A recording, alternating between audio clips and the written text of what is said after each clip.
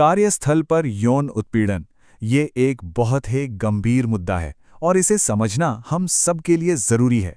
आज हम इसी पर बात करेंगे और एक सीधी सादी प्रैक्टिकल गाइड देखेंगे कि इसे कैसे पहचानें और रोकें, चाहे कोई एम्प्लॉयर हो या एम्प्लॉई।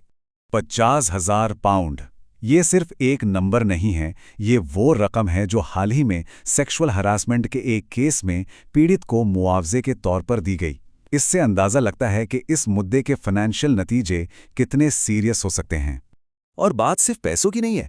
देखिए, 2024 के एक ताज़ा अदालती फैसले में क्या कहा गया।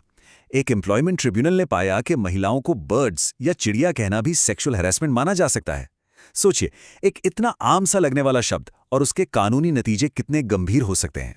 तो ये सब समझना इतना ज़रूरी क्यों है? क्योंकि हैरेसमेंट का असर सिर्फ एक इंसान तक ही सीमित नहीं रहता, ये पूरे के पूरे ऑर्गेनाइजेशन पर असर डालता है। तो जब हैरेसमेंट को अनदेखा किया जाता है तो होता क्या है? असल में एक जहरीला, एक टॉक्सिक माहौल बन जाता है जो सबको अपनी चपेट में ले लेता है। जाहिर है, पीड़ित को तो नुकसान होता ही है, पर साथ ही पूरी टीम का मोराल डाउन हो जाता है, प्रोडक्टिविटी घट जाती है और कंपनी की इज्जत, उसकी रेप्यूटेशन और कानूनी हालत दोनों ही दांव पर लग जाती हैं। देखिए, इन सब मुद्दों को समझने का मकसद सिर्फ प्रॉब्लम होने पर रिएक्ट करना नहीं है। असली गोल तो एक ऐसा पॉजिटिव और सेफ माहौल बनाना है, एक ऐसा कल्चर डेवलप करना है जहां हर किसी को लगे कि उसकी वैल्यू है। तो चलिए अब ये देखते हैं कि हैरासमेंट असल में दिखता कैसा है, मतलब किन चीज़ों को हम हैरासमेंट कह सकते हैं। पहले इसकी परिभाषा समझते हैं और फिर कुछ असली उदाहरणों पर नजर डालते हैं। तो सेक्सुअल हैरासमेंट है क्या? ये यौन प्रकृति का ऐसा कोई भी व्यवहार है जो अनचाहा हो, मतलब अनवांटेड हो, और जिसकी वजह से किसी को डरा हुआ, अपमानित या बुरा महसूस हो। इसमें दो बातें सबसे अहम हैं। पहला, वो व्यवहार अनचाहा होना चाहिए, और दूसरा, उसका असर नकारात्मक होना चाहिए। अब बात करते हैं जुबानी यानी वर्बल हैरेसमेंट की। ये कई तरह का हो सकता है, जैसे किसी के लुक्स पर कमेंट करना, डार्लिंग या लव जैसे शब्द इस्तेमाल करना, या फिर ऐसी सलाह देना, अरे थोड़ा मुस्कुराओ तो ज़्यादा अच्छी लगोगी। किसी के मना करने के बाद भी बार बार डेट के लिए पूछना या भद्दे मजाक करना, ये सब इसी में आता है। एक केस तो ऐसा भी था जिसमें एक बिजनेस ओनर अपने स्टाफ के बीच क्यूपिड बनने की कोशिश कर रहा था और उसी के चलते उस पर हैरेसमेंट का केस बन गया। और आज के ज़माने में हैरेसमेंट का एक डिजिटल एंगल भी है, जैसे कि गलत तस्वीरें या वीडियो शेयर करना, या फिर कोई भद्दे मीम या जीआईएफ भेजना। यहाँ तक कि ऑफिस के कंप्यूटर या स्क्रीन सेवर पर ऐसी कोई चीज़ लगाना भी इसमें शामिल है। आपको बताऊं, लग्जमबर्ग में कोर्ट केस हुआ था जिसमें एक कर्मचारी को सिर्फ इसलिए नौकरी से निकाल दिया गया क्योंकि उसके ऑफिस के कंप्यूटर पर पोर्नोग्राफिक तस्वीरें थी। मतलब साफ है, आपका डिजिटल स्पेस भी वर्कप्लेस का ही हिस्सा है। अब आते हैं फिजिकल हैरेसमेंट पर। देखिए, बिना सहमति के किसी भी तरह का छूना, पकड़ना या चिकोटी काटना, ये सब इसमें आता है।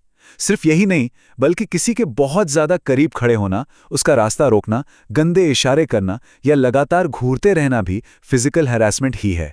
सीधी सी बात है, किसी के पर्सनल स्पेस में दखल देना भी इसी कैटेगरी में आता है। तो हमने प्रॉब्लम को तो समझ लिया, अब बात करते हैं सल्यूशन की।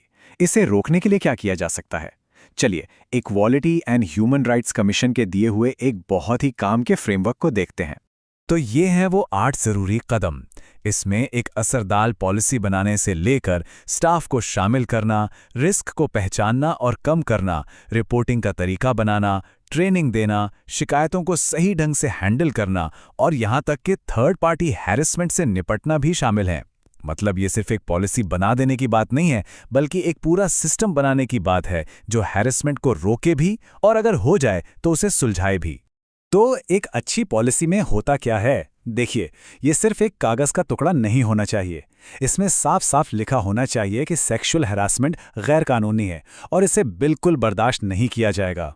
इसमें यह भी बताना जरूरी है कि ऐसा करने पर क्या एक्शन लिया जाएगा।